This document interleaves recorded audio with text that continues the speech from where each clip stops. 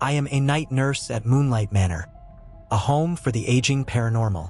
Room 7's call light lit up for the 8th time in 10 minutes. My eyes flitted from my screen to the light's intercom and I sighed. I only accepted the job as a night nurse because I foolishly thought that it would be quiet. As it turns out, I was wrong.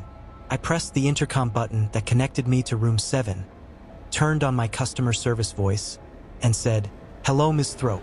How can I help you this evening?" "Oh, sweetie, it's Leona. I am not that old," her delicate voice rasped back. A quick look at her patient profile told me that this was a lie. Leona Thrope is listed as being 1,874 years old.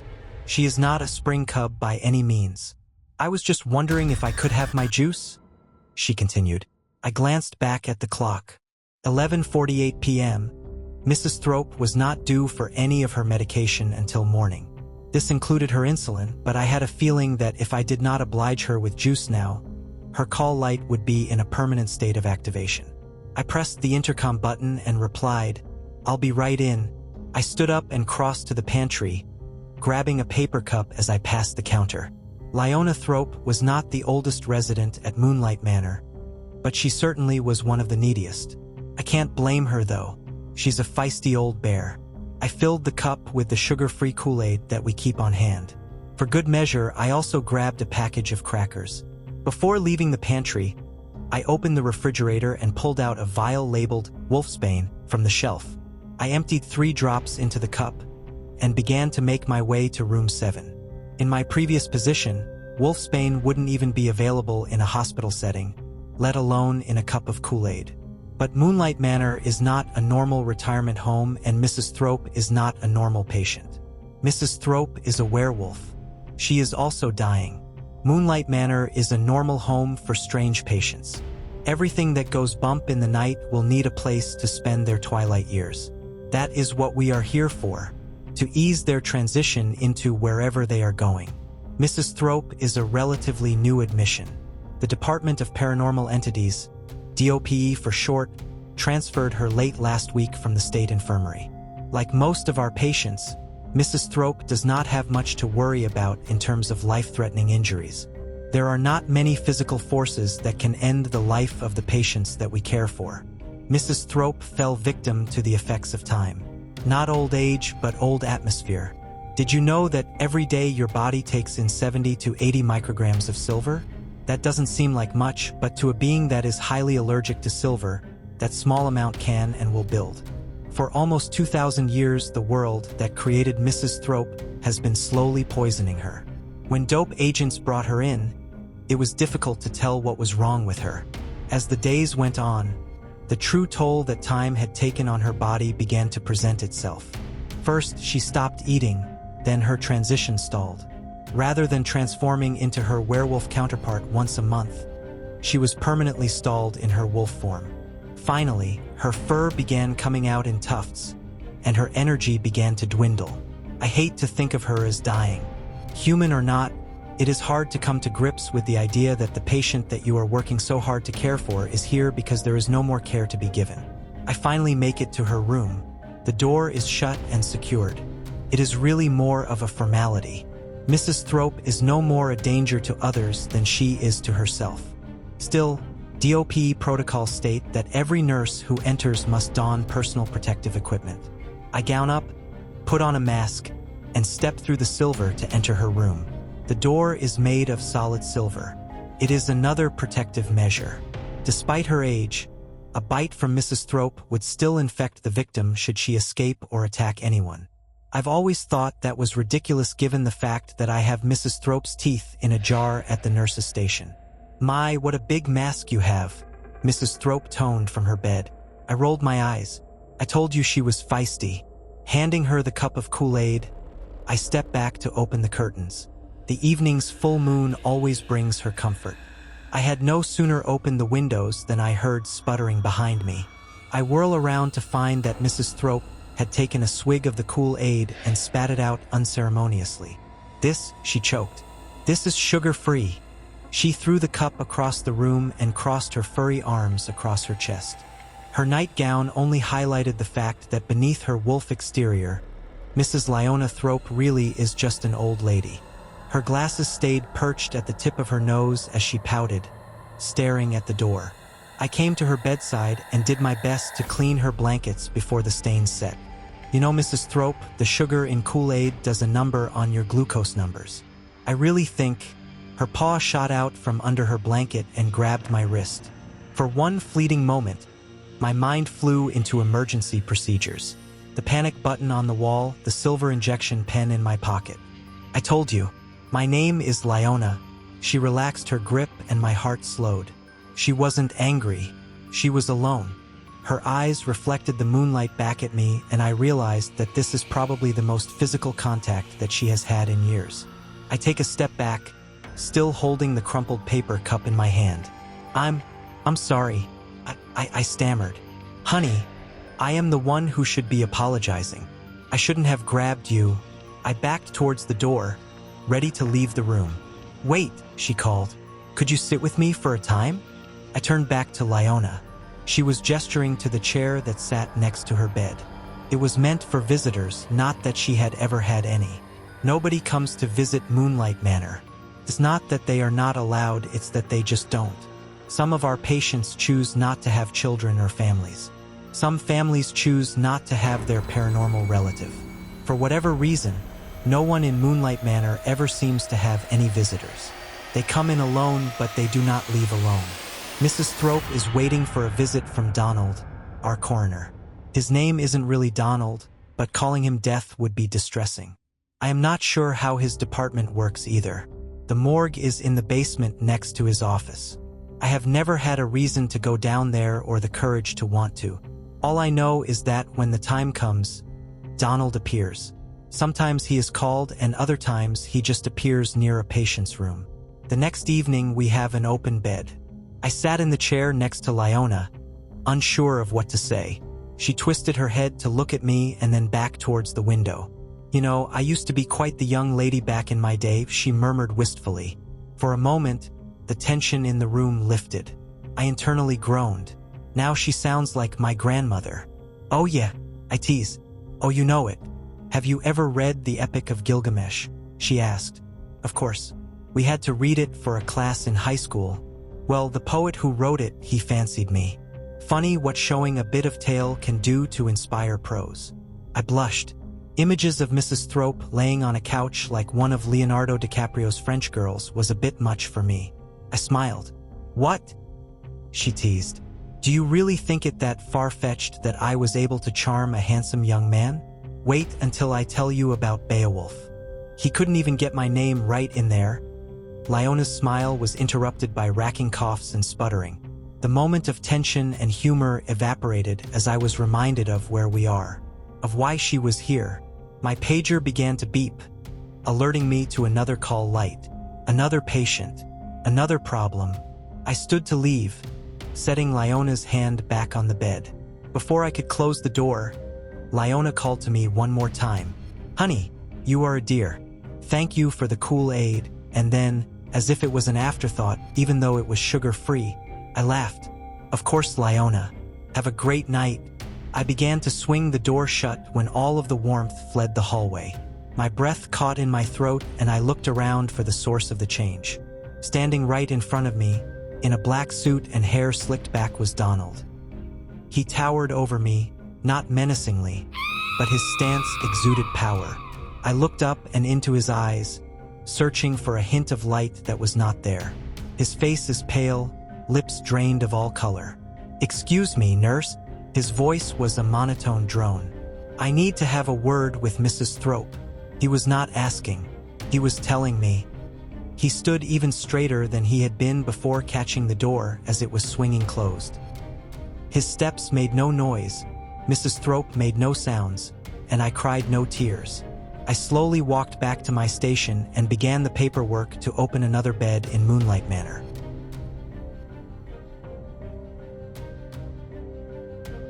The nurse who swaps babies. We have been on to a nurse who is under suspicion for switching babies when they have just been born. Right now she is simply under suspicion and we are trying to have a close look at her and how she works. The reason she is under suspicion is because many workers have reported to me that they have seen her switching babies. This nurse has worked here for a long time and she is in her 70s now. She is one of those that doesn't want to retire, and she has even held me as a baby when my parents gave birth to me. So when I heard from a couple of workers who work at the hospital that she has been switching babies, I couldn't believe it. I didn't want to believe it or even do an investigation, but no parents have come back to us thinking any different. So it's just a couple of hospital workers and they have always had a good relationship with this nurse, and so I do trust them. It's a serious accusation and she has worked so long at the hospital and seen the birth of many generations. But this will certainly end her. I see her walking around the hospital and I can't believe that she still works here after so long. I have to assume that she has been doing this from the start of her career. She doesn't need the money and she is simply working because she likes it, I'm assuming, of course. I definitely won't be working here in my 70s, but this nurse is made differently. I remember following her and she goes into the newborn baby unit, and right there I see her swapping babies. Her eyes, though, are a mix of gold and white, then they go back to normal. She then looks at me and says, "I'm getting too old and getting too bad at sneak swapping babies." She also smiles. I question her about what she is doing, but she says, "Majority of babies don't belong with the family they were born into, so I swap them into a family that they do belong with." I try to say something, but she cuts me midway and says, "I even swapped you at birth, and if you had gone home with the family you were born into, you would have turned out very bad." And she says this as her eyes turned weird again. I can see possibilities and what each new life is like with certain families. Because of me, I have secretly saved so many lives and turned this town into a functional place, she explains further. I get security to get her off premises and she has been fired. I am a night nurse at Moonlight Manor, a home for the aging paranormal. Today, I played Scrabble with a vampire, part 2. Are you sure that this is a word? Victor Pierce leaned back in his recliner and smiled, his fangs glistening in the moonlight, stained with tomato juice. He studied me carefully and replied, "Look into my eyes, darling. Would I ever lie to you? Nope, no, not again. Mr. Pierce, the last time I looked into your eyes, I came round licking the table thinking that it was a lollipop." Moonlight Manor was abnormally quiet tonight. Despite the rare occurrence, I dare not make mention of it. You don't have to be a nurse for the aging paranormal to know that even whispering the Q word is an invitation for bad luck. Never mind the fact that literal omens of death were on my floor, I did not need to invite any more opportunities for things to go wrong. Victor smirked. "Is that an official challenge, my dear?" My mind returned to the game. Turnus. That is the word that Victor had just played. I racked my brain trying to decide if challenging him was worth it. He was, after all, undefeated in our midnight Scrabble matches, but I did wonder if he was bluffing this time. Victor Pierce is Midnight Manor's oldest resident. Unlike other patients, Victor is not actively dying. On the contrary, Victor is incredibly healthy for a 7,008-year-old being. What is odd about him is that even as a vampire, he is aging. This is entirely his choice, though. Victor became the vampire equivalent of a vegetarian centuries ago. It works nothing like the stories would lead you to believe. He only consumed willing humans, usually the elderly, and now through blood bank donations. He was one of the leading supporters for voluntary euthanasia in Luxembourg. When it was legalized in 2001, his clinic reported the highest number of satisfactory transitions in the country. Because most of his diet was comprised of the old and worn down, Victor became exactly that. He took on the illnesses of his patients in order to help them find peace and for him to find meaning in his curse. "It's still your turn," Victor prodded. "He and I play Scrabble often. He also always wins, but I will always try.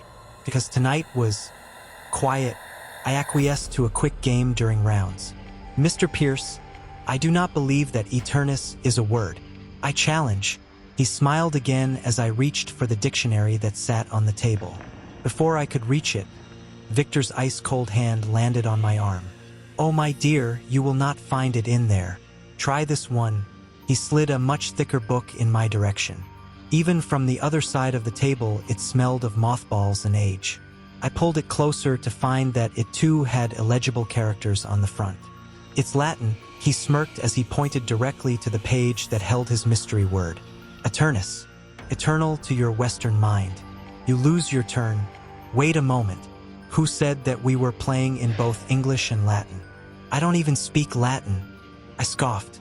Darling, you simply offered a casual game.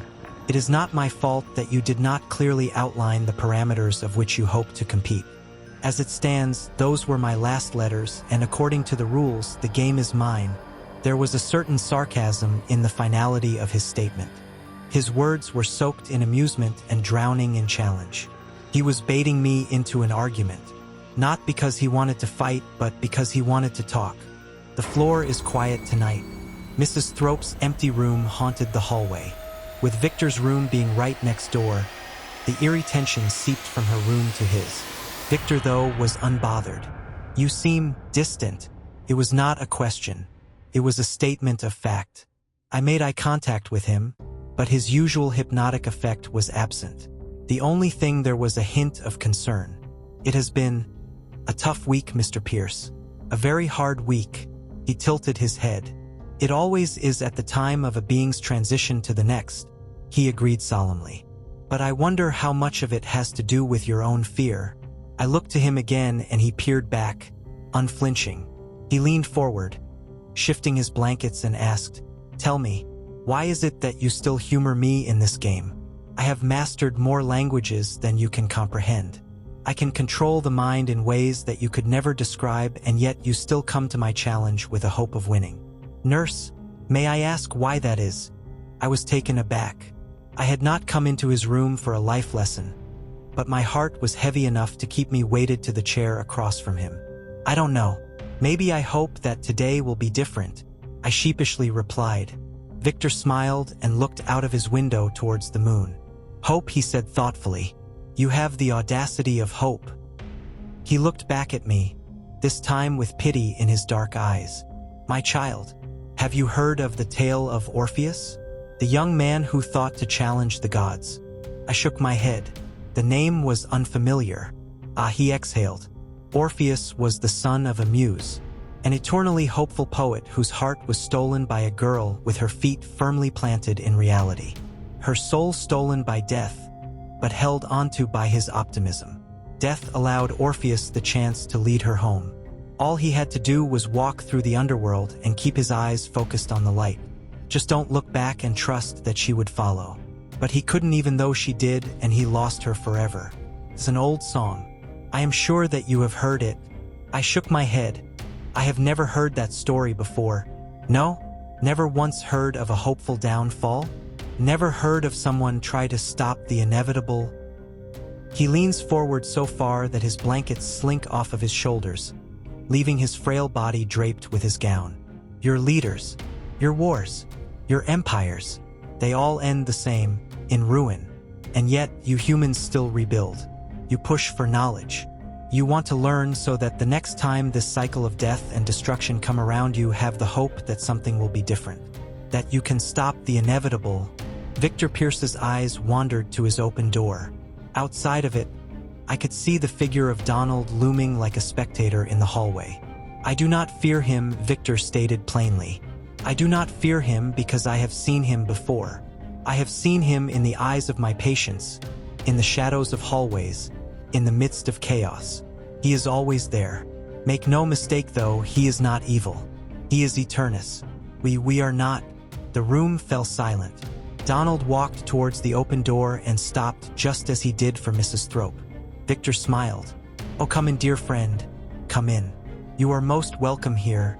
He stepped through the entryway, dipping his head to do so. When he straightened up, he looked around the room silently. Victor sat up straight in his recliner and smiled. "Mors, Vetus amicus meus. Has my time come?" I stood, ready to leave the room as expected during transitions. Donald drew breath and sucked all of the warmth out of the room. "No," he stated plainly. "Victor Pierce, it is not yet your time." Confusion swept over me. I had never seen Donald emerge to simply not transition someone. No sooner had that thought entered my head than the truth and terror of why he was here swept over me. I knew I never should have thought it was quiet. Donald turned to look me in the eyes calmly. I have come for your nurse.